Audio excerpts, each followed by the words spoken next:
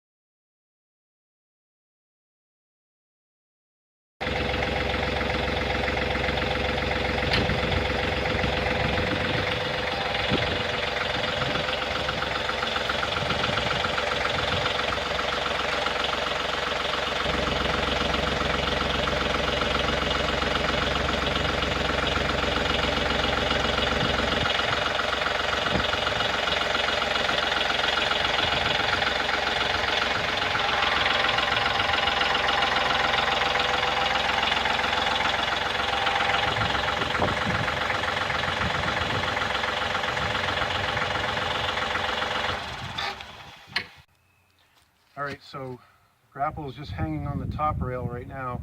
We got to get this bottom hook underneath the bottom rail. To do that, you drop the hook and the top rail down into one of the fork slots, and then that'll swing under. So I'm just going to nudge it, and just pick it up a little bit, and move it back over. Then, to secure it in place, line up the hole with the slot.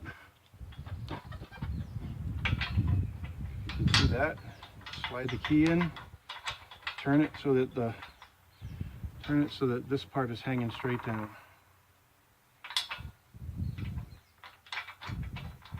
And I like to get these so it's comfortable, nothing's bound up, and that's it. Grapple is now in place on the fork frame. I just point out that when you're mounting a grapple or a rig to the outside of the frame, you use the two middle holes.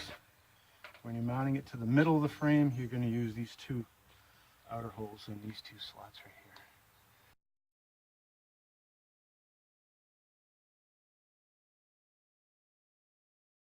here. Okay, so what we've got here is the rest of the grapple installation.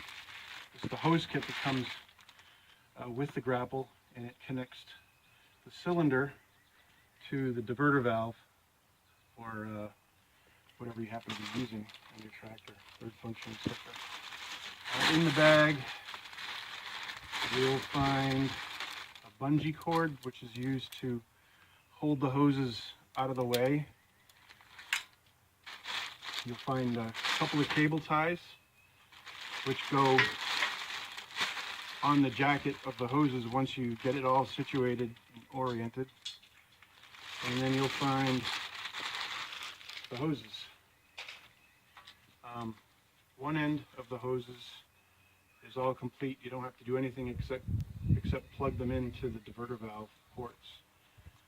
The other end of the hoses has fittings that first attach to the cylinder, and then you permanently attach the hoses after.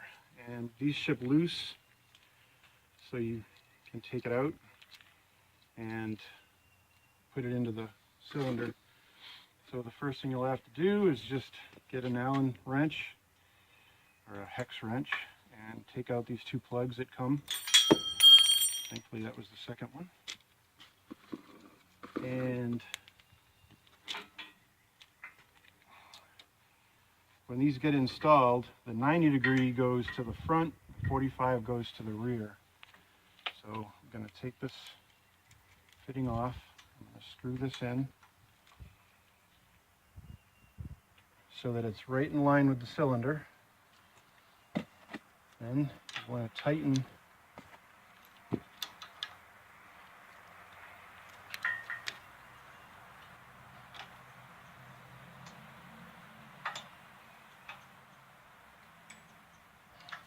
that, and it's best to reconnect this because you won't remember which one's which.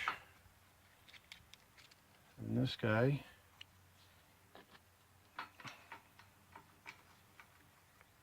goes in here, same thing, right in line with the cylinder.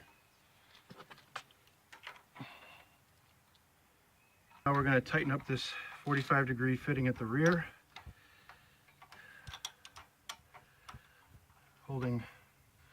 Holding the exit side of the fitting straight in line with the cylinder and tightening the lock nut. There, that's good. Now you'll put these on loosely.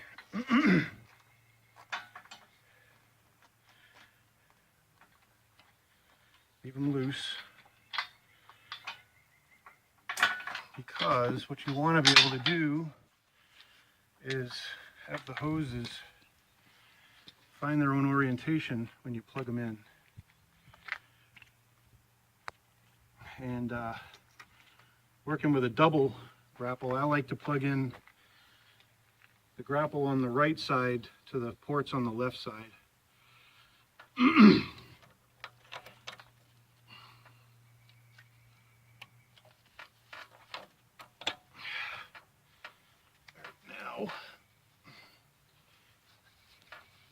What I want to do is, there we go, twist these around a little bit.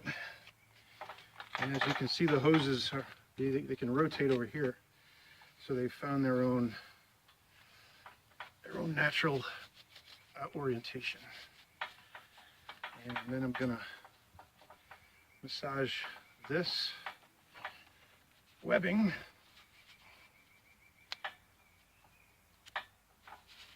to cover anything exposed here hose-wise.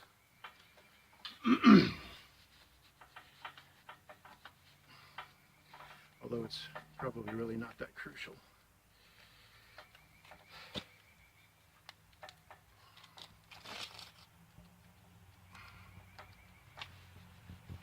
There we go. Once you get that, kind of getting ahead of things a little bit, but put your cable ties on.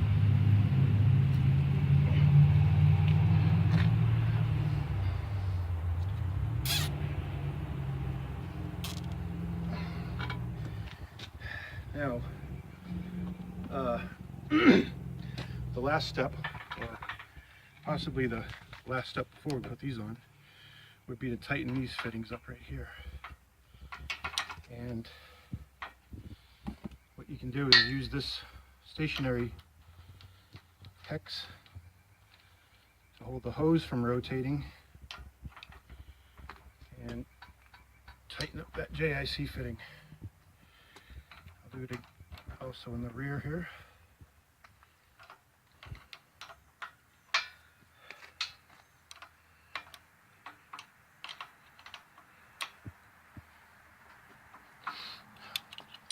Can't really give you a number of how tight to make that, but it's a flare fitting, so it doesn't have to be extremely tight, especially for the size of the fitting. But you want it tight enough so that it won't work itself loose and come free. And now the last step, my favorite step, is just to find a place, probably on the fork frame, to grab a hold of these hoses, and you can You can try to double it back on the fork frame, but when you fold this all the way down, you may find that you need a little bit more stretch, in which case you just attach it here. For now, I'll leave it on this loose orientation so that I can test it without worrying. And of course, keep your covers clean. And that grapple should now function normally. We'll do the other one next.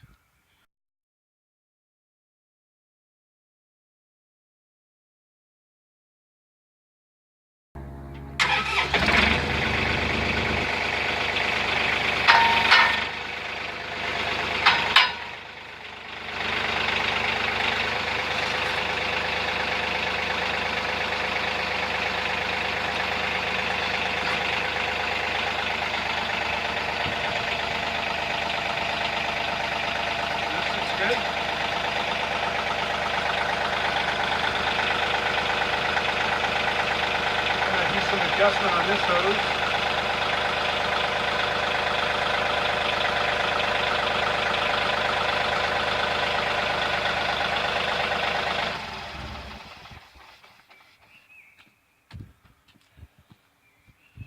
This one uncurled a little bit funny, so we'll just do a little fine tuning on it.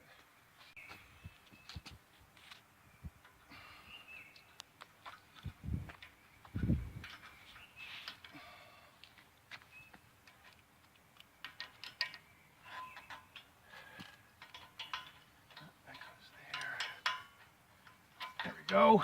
See how it relaxes. Now we'll tighten it back up. We'll see what it looks like when we close it.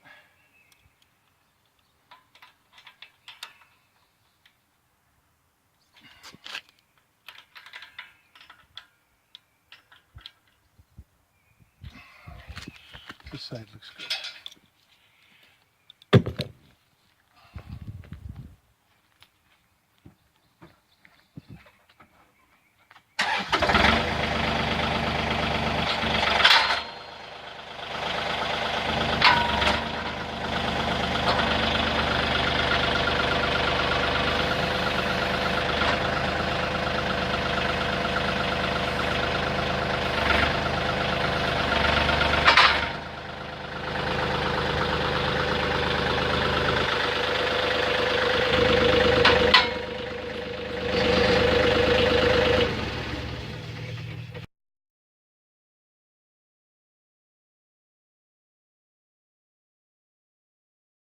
Okay, so now I'm gonna show you how the process of installing the fangs goes. Although it's all documented right here, everything you need to know. But it's real simple. Comes with a bag of hardware, and of course the 2 Fang plates. And this is put there just to protect you while you're doing the installation.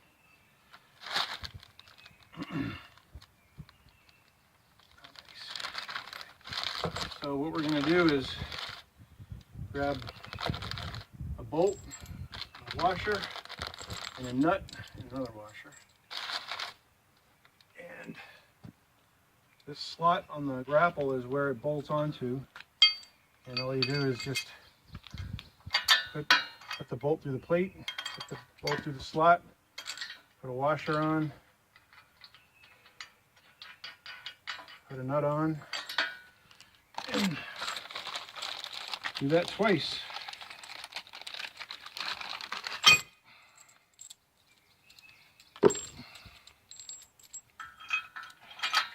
And of course, when you do this, make sure the fang is pointing backwards.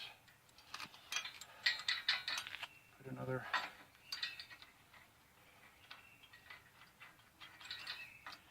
and one on each side.